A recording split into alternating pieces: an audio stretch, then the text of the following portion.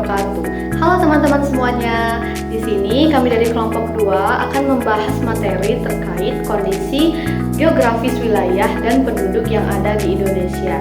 Kira-kira bagaimana sih kondisi geografis wilayah dan penduduk yang ada di Indonesia? Nah, mari kita simak penjelasan berikut.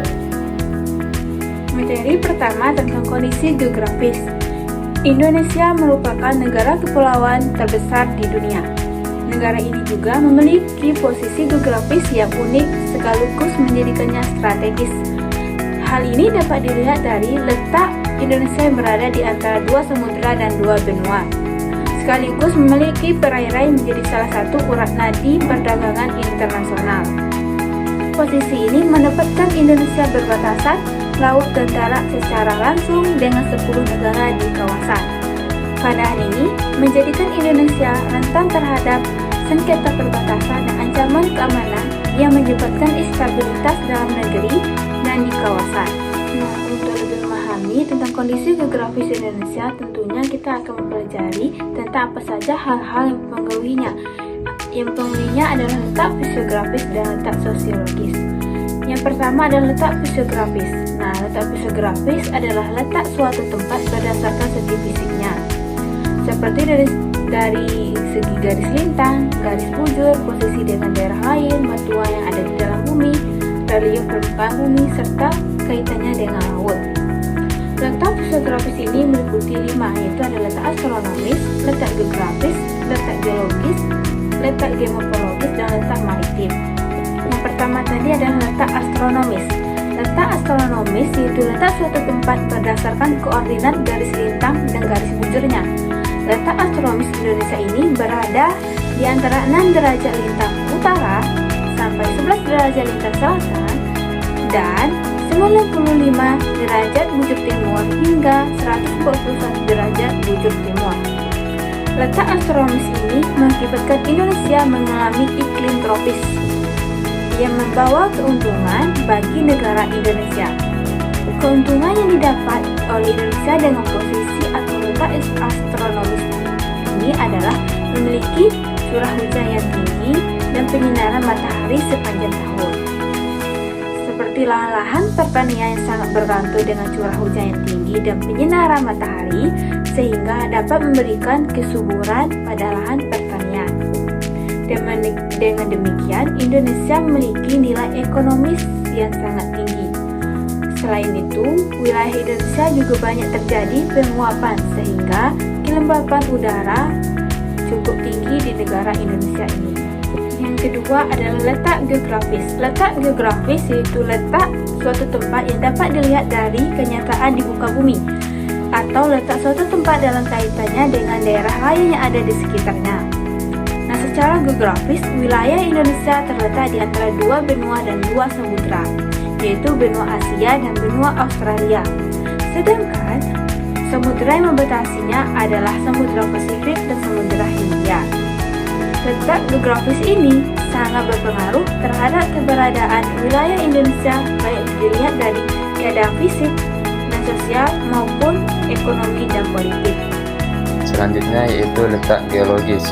Letak geologis ialah letak suatu daerah atau negara berdasarkan struktur batu-batuan yang ada pada kulit buminya. Letak geologis Indonesia dapat terlihat dari beberapa sudut, yaitu dari sudut formasi geologinya, keadaan batuannya, dan jalur-jalur pegunungannya.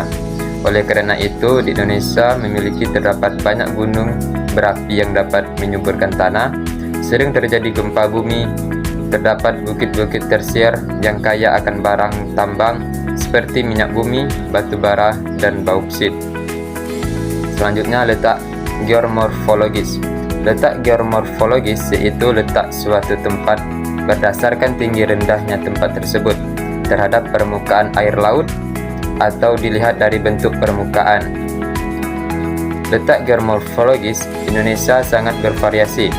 Perbedaan letak geomorfologis mempunyai pengaruh yang bermacam-macam. Misalnya, adanya suhu yang berbeda sangat berpengaruh terhadap jenis tanaman, menentukan ada tidaknya mineral-mineral yang dikandung oleh batuan tersebut.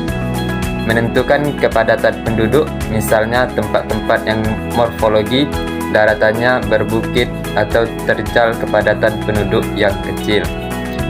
Selanjutnya yaitu letak maritim.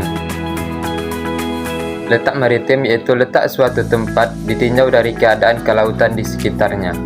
Letak maritim atau letak kelautan Indonesia sangat baik sebab wilayahnya yang berbentuk kepulauan dikelilingi oleh 3 lautan besar, yakni bagian timur Indonesia berhadapan dengan timur Samudra Pasifik, bagian selatan Indonesia berhadapan dengan Samudra Hindia, dan bagian utara Indonesia berhadapan dengan Lautan Cina Selatan. Selanjutnya yaitu letak sosiografis. Letak sosiografis adalah letak suatu tempat ditinjau dari sosiokulturalnya, seperti segi ekonomi, segi politik, dan sebagainya. Letak sosiografis terbagi menjadi 2, yaitu letak ekonomi Indonesia dan letak sosiokultural Indonesia. Oke teman-teman, selanjutnya itu yang di B ada penduduk. Nah, penduduk ini adalah seseorang yang tinggal di suatu wilayah, baik selamanya ataupun sementara.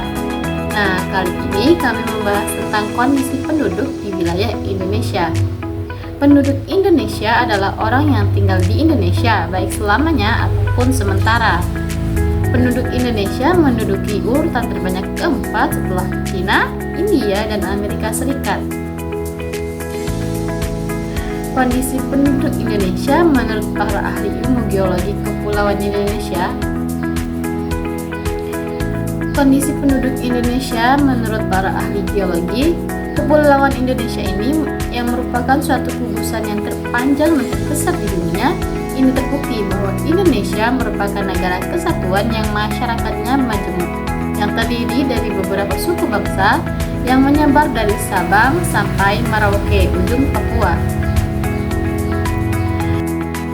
Keanekaragaman suku bangsa ini tentunya seperti yang telah disebutkan di awal pembahasan bahwa Indonesia terletak di cross position atau posisi silang, bukan saja suku bangsa atau ras yang beraneka ragam di Indonesia, tetapi juga keanekaragaman kepercayaan keagamaan, misalnya seperti Hindu, Buddha, Kristen, baik Katolik, Protestan, Konghucu, dan Islam. Nah, bahasa juga merupakan suatu kekayaan bangsa kita. Ada bahasa Indonesia yang menjadi bahasa persatuan dan bahasa-bahasa daerah yang menjadi identitas kesukuan sebagai daerah lintasan dan menjadi tempat tujuan setiap orang yang melaluinya. Bahkan ini sudah terjadi sejak 1 juta tahun yang lalu pada zaman prasejarah. Seperti persebaran manusia dengan ciri-ciri yang pertama, kelompok ras Austronesia atau Papua Melanezoid. Mereka yang menyebar ke arah timur menduduki wilayah Indonesia Timur, yaitu Papua dan Pulau Aru. Yang kedua, kelompok ras Negroid yang kini menjadi orang Semang di Semenanjung Malaka dan orang Nikopsi di Kepulauan Andaman. Yang ketiga, kelompok ras Wedoid, yaitu orang Sakai di Siak Riau, orang Kubu di Sumatera Selatan dan Jambi, orang Tomuna di Pulau Muna, orang Engano di Pulau Engano, dan orang Mentawai di Kepulauan Mentawai. Yang keempat, kelompok ras Melayu Mongoloid yang dibedakan menjadi 2. Yang pertama, ras Proto-Melayu atau Melayu Tua, yaitu suku Batak, Dayak, dan Toraja.